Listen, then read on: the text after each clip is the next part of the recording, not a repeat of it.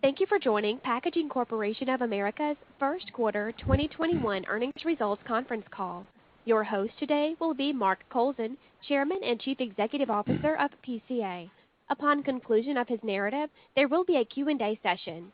I will now turn the conference call over to Mr. Kowlzan. Please proceed when you're ready.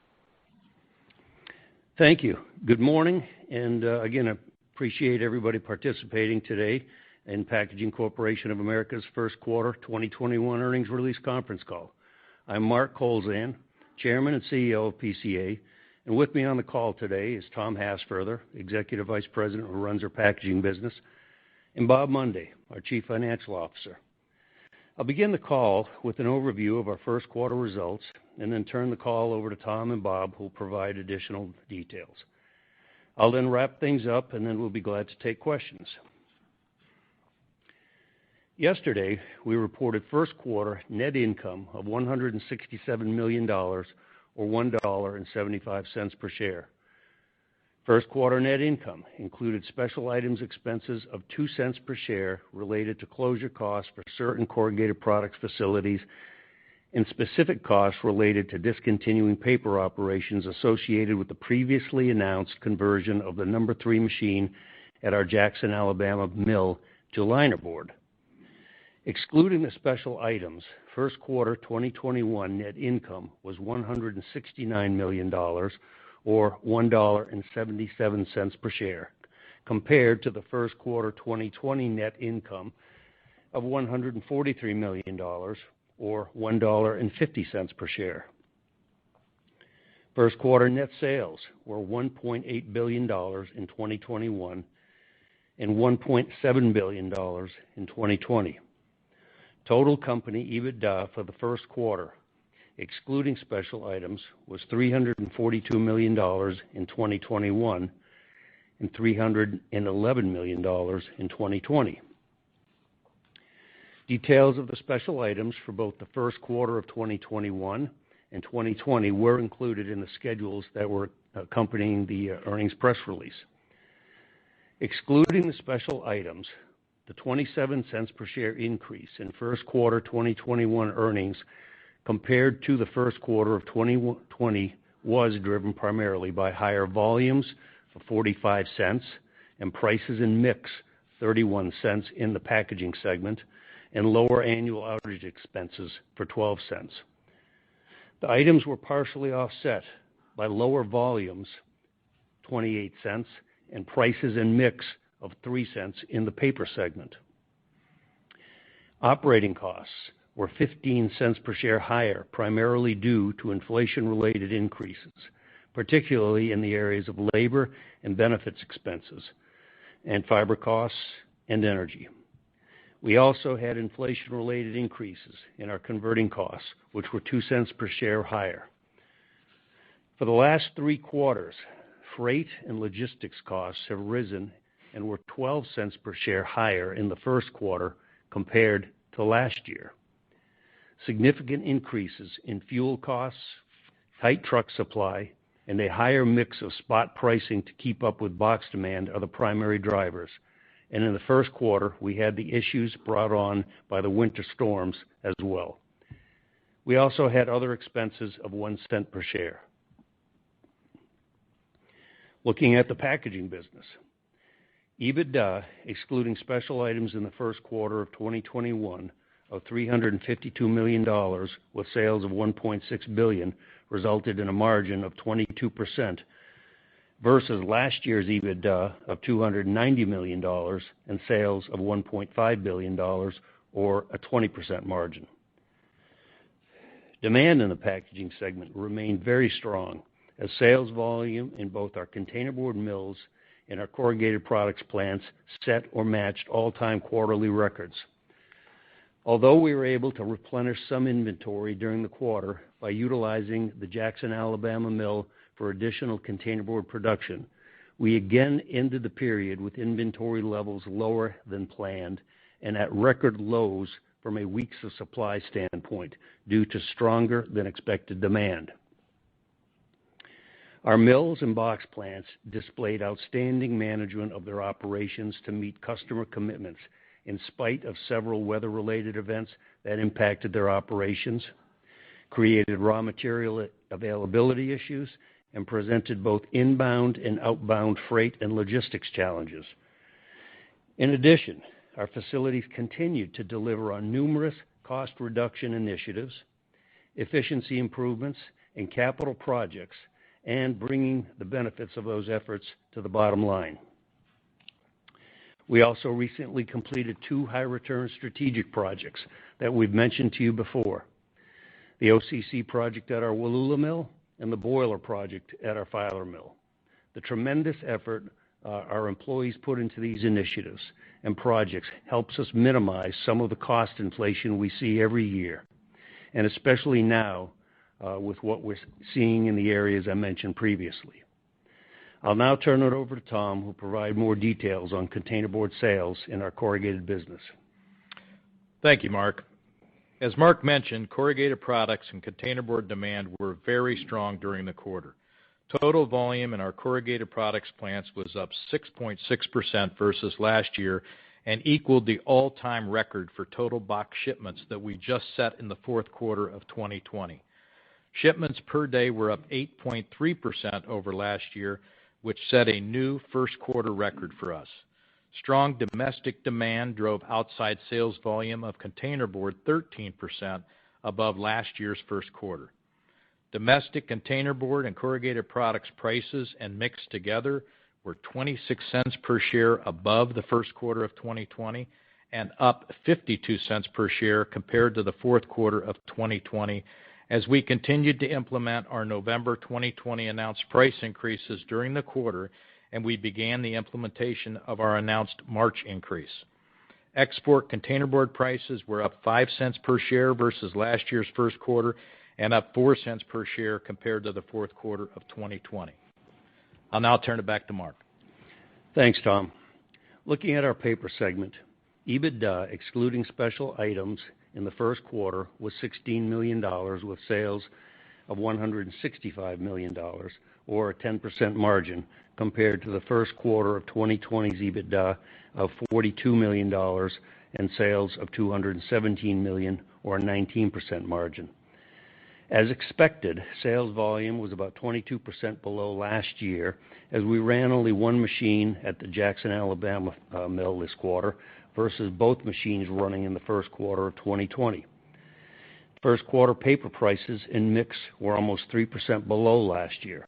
However, prices began to move higher in the latter part of the quarter, resulting from the announced paper price increases, and averaged 1% higher than fourth quarter 2020 average prices. Industry conditions in the uncoated freesheet market continue to be challenged due to the nationwide responses to help control the spread of the pandemic. However, with the actions we've taken in our paper segment to match supply with our customers' demand and moving production on the number 3 machine at our Jackson, Alabama mill from paper to linerboard, we have not only avoided the significant cost issues associated with extended paper market downtime, but we have also enhanced our capabilities as well as the profitability in our packaging segment. Going forward, we will continue to assess our outlook for paper demand and the optimal inventory levels, and will run our paper system accordingly. I'll now turn it over to Bob. Thanks, Mark. For the first quarter, we generated cash from operations of $192 million and free cash flow of $107 million. The primary uses of cash during the quarter included capital expenditures of $85 million and common stock dividends of $95 million. We ended the quarter with $983 million of cash on hand, or $1.1 billion, including marketable securities. Our liquidity at March 31st was $1.5 billion. I want to update you on our full year guidance for a couple of items that we provided on last quarter's call. Current plans and scope of work for the scheduled maintenance outages at our containerboard mills has changed, and the new total company estimated cost impact for the year is 97 cents per share. The actual impact in the first quarter was 10 cents per share, and the revised estimated impact by quarter for the remainder of the year is now 30 cents per share in the second quarter, 16 cents in the third, and 41 cents per share in the fourth quarter. Also, our capital spending estimate for the year has changed to a range of $650 to $675 million, as we have now announced our plans for the conversion of the No. 3 paper machine at our Jackson Mill 2 linerboard. I'll now turn it back over to Mark. Thanks, Bob. Regarding the conversion of the No. 3 machine at Jackson, Alabama, our current plans are to continue running the machine on linerboard as demand warrants, in a manner similar as to how we ran in the first quarter until the scheduled first phase outage is taken in the second quarter of 2022. The converted machine is expected to operate at an initial production rate of approximately 75% of its new capacity. The second phase outage work is planned for mid-2023, with the machine reaching its run rate capacity of 2,000 tons per day by the end of 2023. This phased conversion over the next few years will provide much-needed internal linerboard supply. This gives us a runway for maintaining an optimal integration level and enables us to further optimize and enhance our current mill capacity and box plant operations. We're committed to being fully integrated, and we have a track record of ramping up production from machine conversions according to our customers' demand requirements. We will continue to serve our paper customers with the No. 1 paper machine at Jackson, Alabama, and both machines at our International Falls, Minnesota mill, which is capable of producing all of Jackson's paper grades.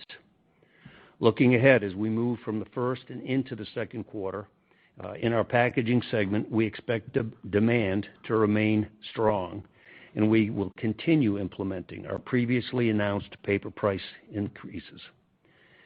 We also expect export prices to move higher. In the paper segment, we expect volumes to be fairly flat, with higher average prices and mix as we continue the rollout of our recently announced paper price increase. The second quarter will be our busiest of the year for planned annual outages in the packaging segment, with work scheduled at 4 of the mills. Outage expenses are estimated to be approximately 20 cents per share higher compared to the first quarter. We also anticipate continued inflation with freight and logistics expenses, as well as most of our operating and conversion costs. However, energy costs should improve as we move into seasonally milder weather. With that, we'd be happy to entertain any questions, but I must remind you that some of the statements we've made on the call constituted forward-looking statements. The statements were based on current estimates, expectations, and projections of the company, and involve inherent risks and uncertainties, including the direction of the economy and those identified as risk factors in our annual report on Form 10-K on file with the SEC. Actual results could differ materially from those expressed in these forward-looking statements. And with that, Regina, I'd like to open up the call to questions, please. At this time, if you wish to ask a question, press star 1 on your telephone keypad. Your first question will come from the line of George Staphos with Bank of America. Hi, everyone. Good morning. Thanks for the details, and congratulations on the progress, guys. I guess the first question that I had, given that you're running really tight, at least in terms of your prepared remarks, in terms of managing your customer requests, the freight and logistics issues domestically that we're seeing. I realize you have customers internationally and their long-term relationships, but why the increase in export sales in the quarter? Why not try to keep some of those tons domestically if, in fact, that's where you need them? And then I had a couple of follow-ons. Hey, George, this is Tom. I'll just answer that real quickly. We Morning, had Tom. a number of export commitments that had to take place, that were running over from the previous year, that we had to take care of in the first quarter to maintain our relationships, and so we just had to get that taken care of, and we knew full well that we'd also be able to supply our box plants, although with a very tight inventory. Okay. I appreciate that. Second question I had, if you can just give us the normal rundown, Tom, perhaps that you would give us on bookings and billings early in the quarter? And are you seeing any signs at all of customers trying to conserve on corrugated given the market that you've seen? Or if anything, given the growth that we've been seeing, are you seeing new applications beyond e-commerce for corrugated? So kind of a couple-part question there. Okay, good questions, George. First of all, through 14 days, our bookings are up 16% versus a year ago. So obviously the volume remains very robust, and we're obviously very pleased with those kind of numbers and the trend that has just continued coming right out of the fourth quarter of last year and continued into this year. There's no way customers can, in essence, hoard or order ahead or anything like that with the demand we're having right now. And a lot of our customers report business conditions as good as what we're talking about, and they're just trying to keep their head above water, and we obviously, are keeping them supplied with boxes. Okay. I was really more getting at the point, or if customers are trying to conserve, but it sounds like right now they're just living hand to mouth, and they'll worry about that, or for that matter, the growth outlook once they can kind of catch up. My last question, I know it's something you might not want to talk too much live mic on, but qualitatively, if we look at where a first quartile and a fourth quartile machine might be in containerboard, would it be, unduly penalizing to estimate that maybe right now Jackson is costing you, I don't know, $10 million a quarter just because of where it is on the cost curve right now and relative to where it will be at some point? Thanks, guys, and good luck in the quarter. Yeah, I think everyone could understand that without the capital investment, we are running probably in that high third, low fourth quartile cost portion of a curve.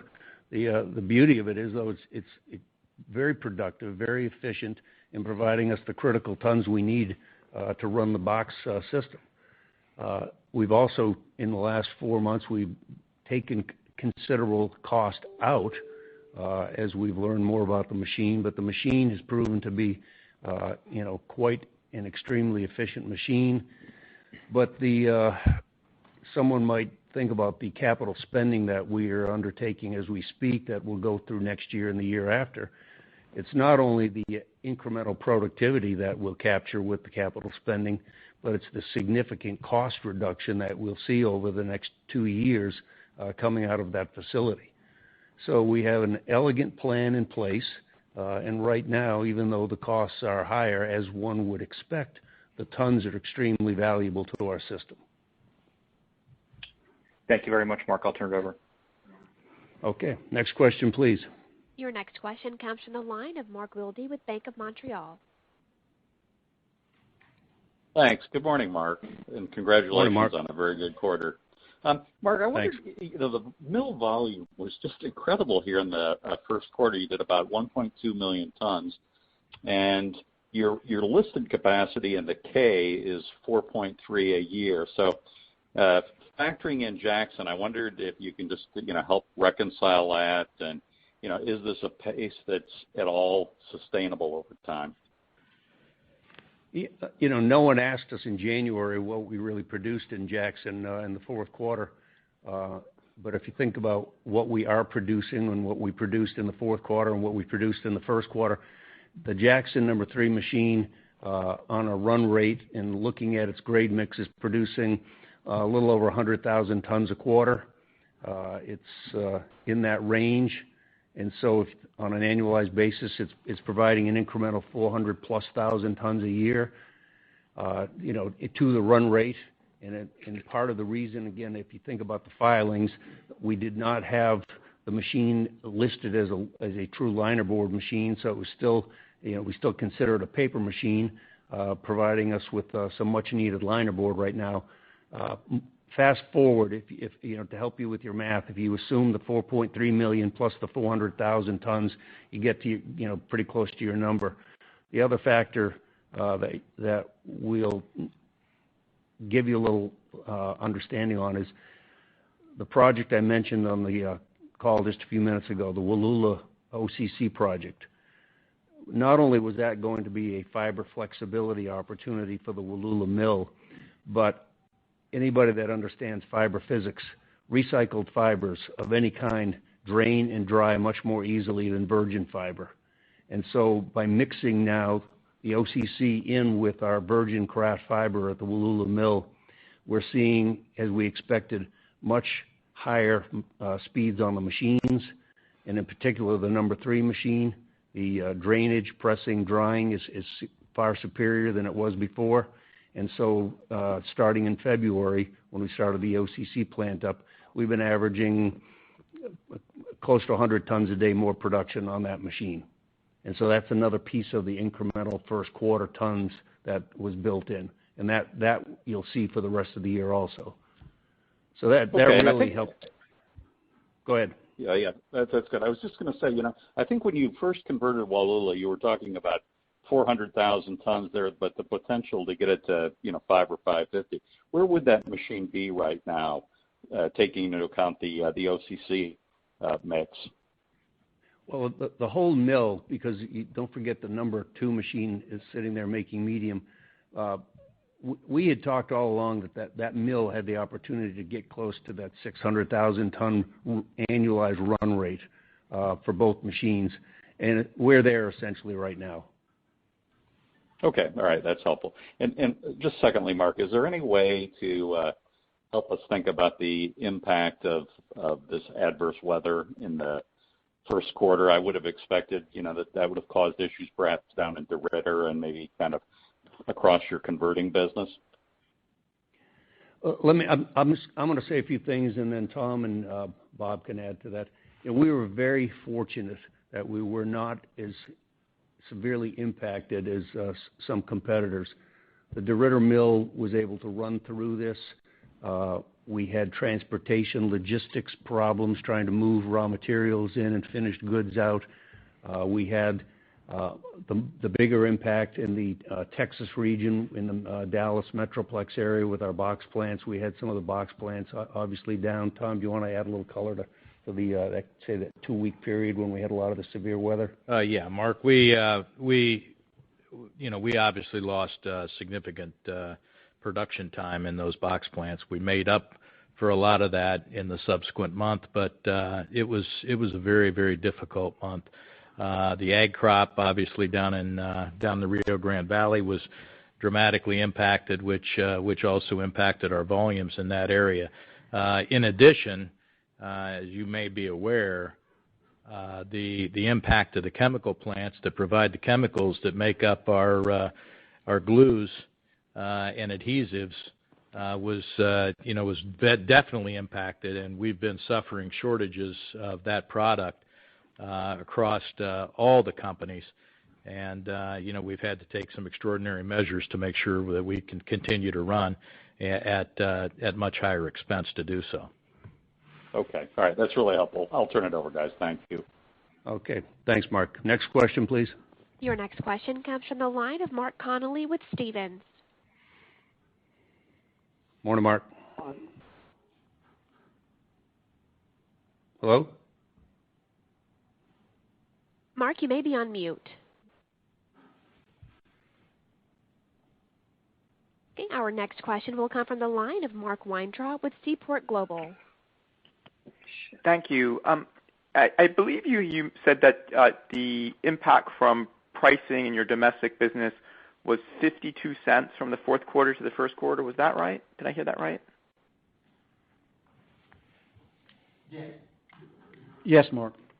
So if I translate that into kind of millions of dollars, it sounds like like 60 million plus, which if you're making 1.2 million tons of containerboard on an integrated basis seems like $50 per ton. So is that, and if that's the case, have you already gotten the lion's share of that November increase, or is part of that mix and there's still a decent amount to come? Hey, Mark, this is Tom. We have gotten most of the increase from November in the first quarter.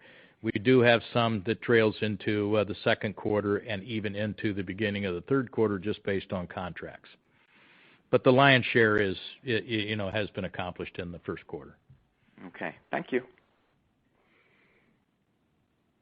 Our next Next question will question, come please. from the line of Adam Josephson with KeyBank. Please go ahead.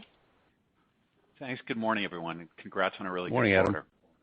Thanks. Morning, Mark. A couple questions on guidance. Obviously, pre-pandemic, you gave quarterly guidance. You haven't resumed doing so since, even though you put up really good numbers this quarter, and the outlook seems pretty good. Has your philosophy changed about providing quarterly guidance, or if not, when do you intend to resume giving guidance? I think the way we would answer that is that there's still so much uncertainty in the world around us. If you think about the number that Tom just gave you for the volume, if a year ago somebody told you that volume was going to be up 16% year over year and on a given month, no one would believe you. And so until the pandemic winds down and we come back to some at least sense of what we think the new world normalcy will be, we believe it's in our best interest and the shareholders' best interest to not give guidance. Yeah, no, I completely understand. You stole my thunder. I was going to ask you. I mean, I think in 2019, your per-day shipments were up about 1%. In the first quarter, they were up 8.3%, and you're talking about bookings up 16%. So is there any way for you to separate the impact of the pandemic and all the stimulus and talk about what you think normalized demand even is, or is it just impossible to do? Hey, Adam, this is Tom. Hey, Tom. It's virtually impossible to do, let me tell you, because our customer base across the board, with the exception of a few, are up dramatically. And, so it's not just e-commerce, as an example, being the only segment that's really driving this. It's a lot of segments that are going on. And I think, obviously, the stimulus helps and, has been a plus for us. But again, as Mark said, we've got to wait until things settle down to really be able to get our arms around what's really going on in the world. Sure. And Tom, why? Any explanation for April? I mean, it's so outsized. It's mind blowing. Is there any logical explanation that you can come up with? Well, I think what we're seeing is the exact same thing that we saw starting in the fourth quarter. Fourth quarter was up dramatically. It rolled right into the first quarter, and now it's rolling right into the second quarter. So to try to predict it would have been difficult to do, and we expected, just like a lot of other people expected, that the fourth quarter, that things might slow down a little bit from the fourth quarter, but they just haven't. So it remains incredibly robust, and I think we've got a lot of customers that are way behind on their shipments as well. So I think it will continue going forward for a while. Yeah, no, thanks. I mean, Mark, one on uncoated free sheet. So just as part of your decision to convert number 3, how are you thinking about demand trends in that business this year and longer term? Do you expect any rebound this year or thereafter? And relatedly, how did that affect your conversations with your large customers communicating this decision on your part? And did they express any concerns about supply as a consequence? Regarding the first part of the question, until, again, if you think about the biggest demand for cut-size paper would be office activity in schools, business activity. Until, again, at such time as businesses resume more of a normal pattern of in-office activity, you won't see cut-size demand pick up dramatically. As schools come back and go back to a more normalized, school day function, more cut-size use will take place in schools. So I would expect, starting in the fall semester for the new school year, that more demand will take place. I can't quantify that for you. I would just say that it should move up positively. We do think ultimately the pandemic has created a new opportunity for people that they'll work from home. They'll work part days. I mean, people are in the business world are obviously trying to understand how we will all run our businesses in the future. and whether we'll have people in the office full-time, part-time, flex time, and so paper demand will go along with that. We are anticipating that there will be some permanent demand destruction that comes out of the pandemic. We also understand that because of our demand for containerboard and the opportunity we had with Jackson, that as we've always looked at the paper business, that it was the right decision to make for all the reasons we've talked about over the last 6 months, to utilize the asset and exit some of this market. And regarding our customers, I'll answer that question by just saying we are running to the demand of our customers, large and small, and I'll leave it at that. Thanks so much, Mark. Next question, please. Your next question comes from the line of Mark Connolly with Stephens. Thank you. Hopefully you can hear me this time. Yeah, good morning, Mark. Great, thanks. Sorry about that. Just a question about maintenance and the changes you made. Some competitors are telling us that it's gotten harder to estimate the cost of maintenance because of changes the way projects are being scheduled. Is that a factor, or is this just a change in your plans? The increase in cost is related. It goes back to, we actually added the DeRidder number 3 machine to this second quarter's outage plan that was not in the original plan. And so it's not an escalation or an inflationary matter. It's just that we absolutely added an additional outage into this year's plan that did not exist in January. And the DeRidder number 3 machine work came about during the pandemic year last year. A lot of work. We avoided some work. We pushed off some work. Some work we thought we could get by not having to do even this year. But as January and February wore on, as an example, we observed some opportunity, shall we say, on the DeRidder number 3 machine that we felt needed to be addressed, and we had the resources and the materials available. So we went ahead and took the machine down for the better part of a week, last week as a matter of fact, and addressed the opportunities and the requirements on that machine, and put it in good shape. And so that machine, has gone through its outage. But that would be the qualifying difference in the number that Bob's going to talk to you about. Bob, you want to add a little color to the number? Okay. Anything else? That's super.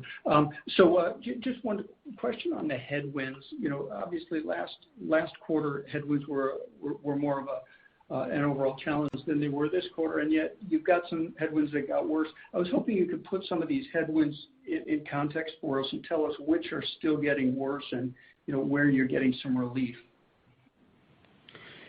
Yeah, Mark, this is Bob. It's sort of, as I think we said in our prepared remarks, the headwinds continue. Pretty much, as we look from first quarter to second quarter, we expect them to continue in almost, all cost areas, except maybe energy, as we said, and that's really because of improved usage, not so much from prices getting, going lower.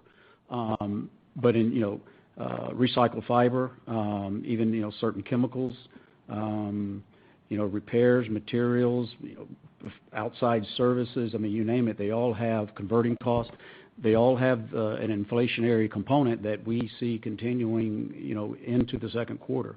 That, of course, freight. Freight is another one that's just, for all the reasons that Mark had mentioned earlier, there's several things driving it, but that is not going to slow down at all as we go from the first to the second. So it's pretty much across the board. It's very helpful, unfortunately. Thanks. Next question, please. Your next question comes from the line of Gabe Hajde with Wells Fargo Securities. Mark, Tom, Bob, good morning. Morning, Gabe. You mentioned a heavy maintenance quarter this period, and obviously ended the March quarter with pretty low inventories. I appreciate it's volume dependent, but as it sits today, assuming I guess some persistence on the demand side, would you say it probably wouldn't be until the end of the third quarter before you can kind of get your inventory position sort of normalized? And I'm somewhat asking, I mean, the best analogy I can come up with is sort of an accordion of cars going down the freeway, and we haven't had stockouts in the grocery aisles, but it sounds like maybe some of your industrial customers are behind on their inventory / delivery. So I'm kind of curious, just as you replenish inventories across the system, that it could take even longer than what maybe some folks are anticipating. You could look at it that way. Again, I would hope that we get our inventories in a more comfortable position by the say the end of the third quarter. But don't forget, we also have a big outage in the fourth quarter at DeRidder, which we called out last year. That is the DeRidder number 1 machine, which is a long outage, and we've got boiler work. We've got a lot of recovery boiler work we're doing, and then the machine itself and opportunities on the machine. And so that will take a significant amount of tons out in the fourth quarter. That's part of the maintenance cost for the maintenance for the year, but also it impacts how we end the year. Tom? Gabe, we have a very, very intense and specific plan in place, understanding that our inventories are going to be extremely tight all the way through the year, given these outages that we have. If in fact the volume doesn't drop off dramatically. If the volume drops off dramatically, we got a chance of catching up a little bit. But I think it's important to plan ahead and to plan for what you see as the realistic scenario. We're doing so. We have to do these outages. We have no choice. As you know, not only ourselves but some others in the industry avoided some outages last year, and we just have no choice but to do them this year. And we'll manage through them, and our customers understand, our box plants understand, and we've got a great plan in place. So I'm very confident that we'll be able to manage through it, but it's going to be a while before we can catch up on those inventories. All right, thank you guys for the detail. I guess the second question, and again, appreciating you guys don't dictate, what the publication does, but to the extent you can comment, were you surprised at all in terms of the phase sort of recognition on benchmark prices? And then more importantly, I suspect that realization, kind of as you see it flow through your system, would be kind of similar to the November hike, in that maybe limited impact in Q2, mostly realized by Q3, and then fully by Q4. Is that a fair way to think about it, or anything different that you'd guide us towards? Well, Gabe, we don't comment much on our pricing, other than to say we have a very disciplined approach to our price increase. Across the customer base that's 15,000 plus, we have a variety of contracts, agreements, et cetera, which roll in typically over about a 90-day period. So you can, what occurred for pulp and paper, I mean, I understand, where they're coming from. It's now fully in place. So I think you can kind of take that and take what I told you about the 90-day period and kind of roll that out, and that'll give you an indication of when that price increase gets fully implemented. Thank you. Next question, please. Your next question comes from the line of Phil Ng with Jefferies.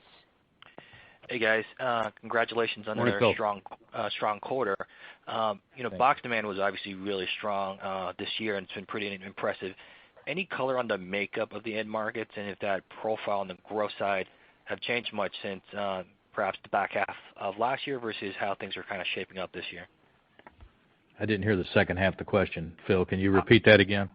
Yeah, I'm just trying to get a better feel for the end market profile, growth that you're seeing versus second half of 2020 versus now. Is it more broad-based? Were there any end markets that stood out this year versus, let's say, the second half of 2020?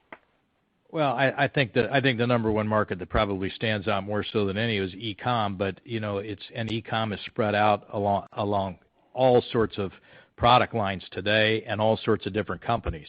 So that's obviously one of the trends. We talked about it last time, that it's become apparent that the consumer preference for e-commerce has accelerated.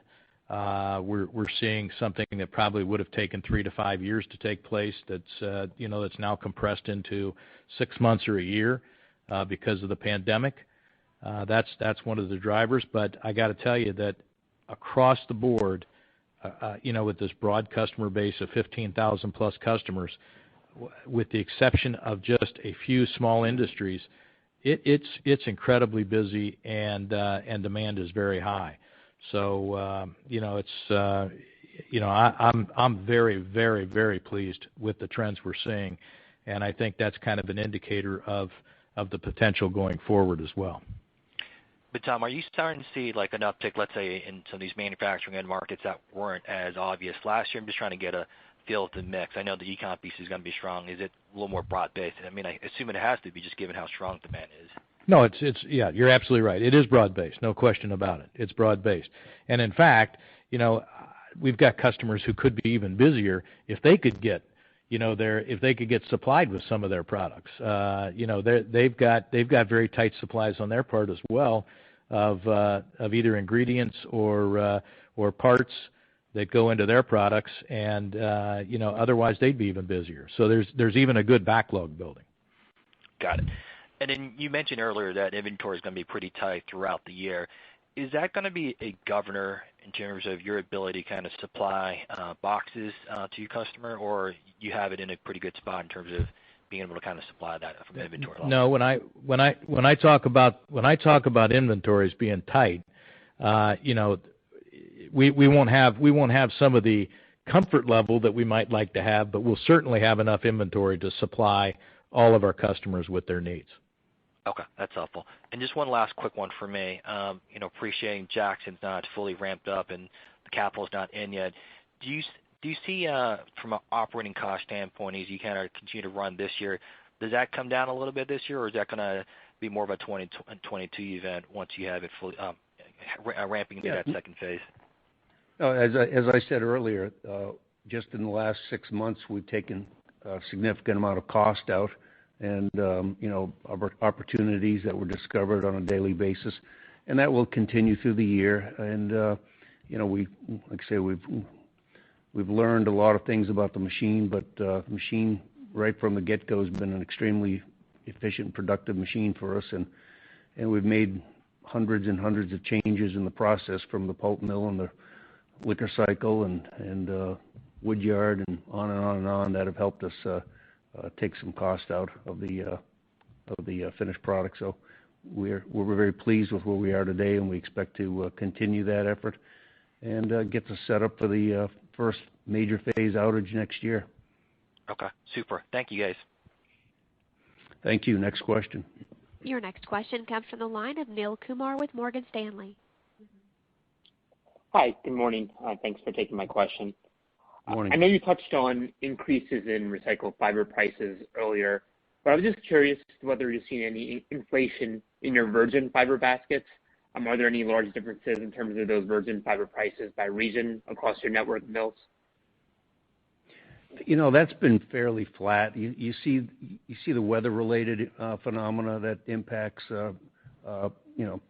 pulpwood, but in general, it's up slightly, but nothing significant like some of the other factors that we talked about. Again, it's primarily weather-related events, not demand, absolute demand-related. Great, that's helpful. And then in paper, can you just discuss what you're seeing in terms of demand trends so far in April? And how should we generally think about the flow-through of the price increases for uncoated free sheet? Is there a lag similar to what we've seen corrugated of about a quarter or so? No, I think, again, what was reported in the index Friday night, it pretty well sums it up in terms of how much of the price increase has been picked up, and we would agree with what the index is saying with where we are with our cut size pricing and uncoated free sheet pricing. And then as far as, again, demand, it's we gave you our absolute volume and where we are, but the price is moving up accordingly, and I think it's reflected well in what the index is reporting. Gotcha. And my question on the uncoated freesheet pricing was actually more of when it flows through from the index to your customer pricing. Is there a lag similar to what you see in corrugated? Yeah, I mean, there's always that little bit of a lag that takes place from the time you announce it, and then the time that the index actually calls it out and picks it up, and you know your deliveries and your invoicing and billing, et cetera. Great, thank you. But it's you're talking about a couple of months of lag type activity. Next question, please. Your next question comes from the line of Anthony Pettinari with Citi.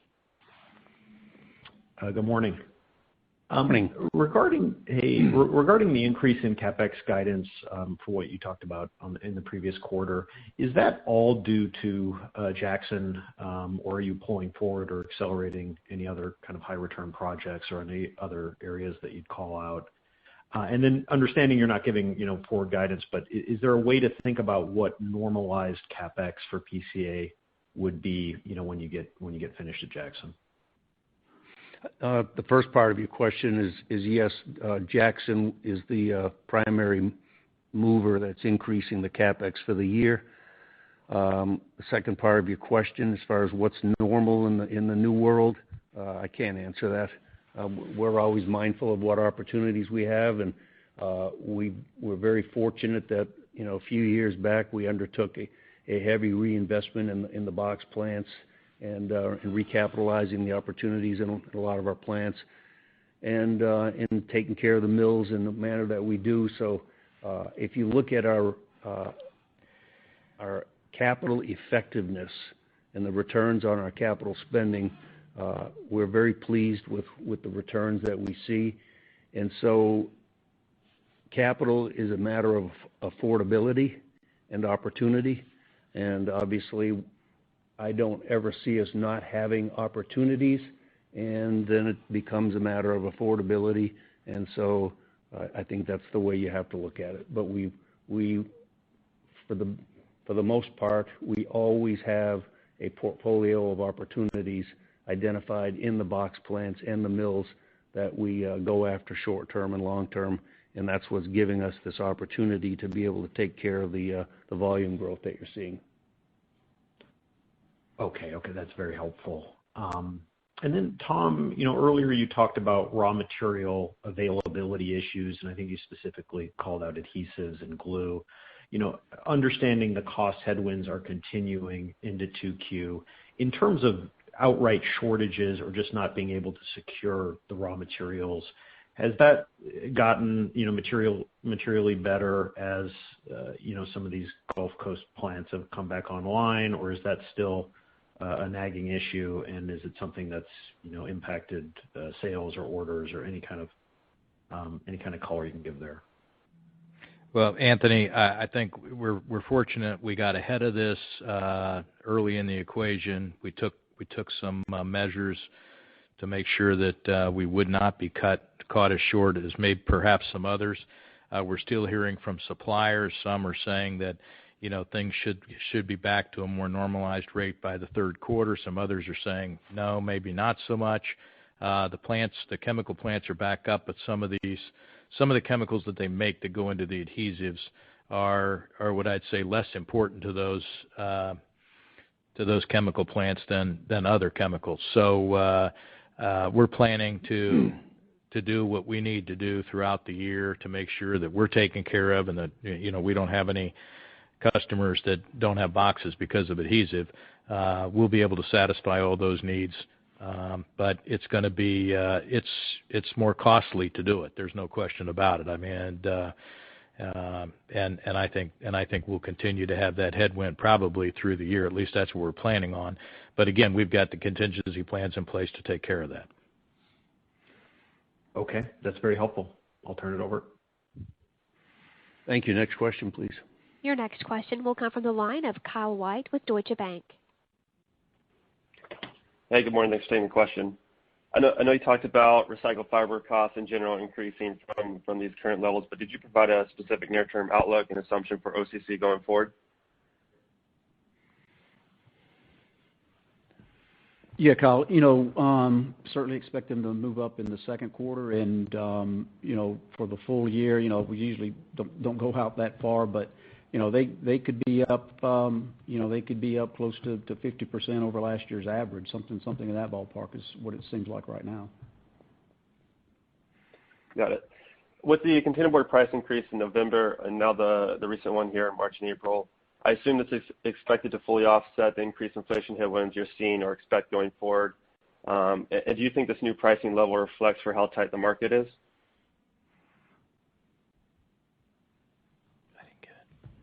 Again, I think the pricing is a reflection of the demand in the market for the product. And then obviously there are inflationary factors that weigh into a producer's position and how they have to operate. But demand is the overall driver of what's moving these two price increases. And I'd also add that demand is up significantly worldwide. This isn't just domestic. This is around the world. Got it. I'll turn it over. Good luck in the year. Thank you. Next question. Once again, for any questions, please press star 1. Your next question comes from the line of Cleve Rueckert with UBS. Great. Thanks very much for taking the questions. And just two quick ones from me. I'm wondering if you can give maybe just a little clarity. I know Q1 was pretty dynamic with the weather and everything, but how did volumes trend in corrugated shipments on a per day basis versus that 8.3% that they grew for the quarter? I'm just wondering how the quarter developed from a demand perspective. Well, January was obviously up. February slowed down a little bit, and it was all weather related. And then March, it was incredibly high again because we were catching not only the demand in March, but also we were catching up some of what we didn't get shipped in February. Okay, so would you say demand was kind of flat around that, and low in February and catch up in March? No, demand was obviously was up significantly during the quarter, and it was pretty much steady January, February, March. It's just that as our numbers would have been significantly higher for March because of the weather-related issues down in Texas, as an example, where we have a large footprint. We didn't get all the volume out the door in the month, and it tracked over into March. So I'm just kind of giving you a little flavor. January very strong. February would appear to be not quite as strong, but it still was very strong. It just looked like it wasn't quite as strong because we didn't get the shipments, and then March jumped up dramatically, but that was driven primarily by some of the shipments we didn't get done in February. So, overall, when I look back, I say the demand was, as we said, coming out of the fourth quarter with incredibly high demand. It remained essentially very close to that going through the entire first quarter. And now you're seeing same indications starting into the second quarter. That's very clear. Thanks for that color. And, I know you touched on it a bit earlier, but, I want to ask a little bit more directly, given the tightness in the corrugated market, are you seeing any customers or, maybe box buyers more generally, not specifically your customers, switching away from paper-based packaging because they simply can't get enough? No, it's quite the opposite, to tell you the truth. Because of our sustainability story that we have in our business, because of the way we operate this business, the 90+% of the boxes to get recycled, et cetera, people want to be in paper. They don't want to be in plastic anymore. So as an example, we've got some customers that have been shipping in plastic pouches, their e-commerce in plastic pouches, and they want to move back to boxes. So that's a huge segment that's going out in a plastic pouch as an example. So I think there are great opportunities going forward for paper-based packaging. That's it for me. Thank you very much for the questions. Appreciate it. Mm-hmm. Thank you. Next question. Mr. Colson, I see that there are no further questions. Do you have any closing comments? Yes, everyone, thank you for joining us, and I look forward to talking with you in July for the second quarter earnings call. Everyone stay safe and be well. Talk to you in July. Have a good day. Bye-bye. Ladies and gentlemen, that concludes today's call. Thank you all for joining. You may now disconnect.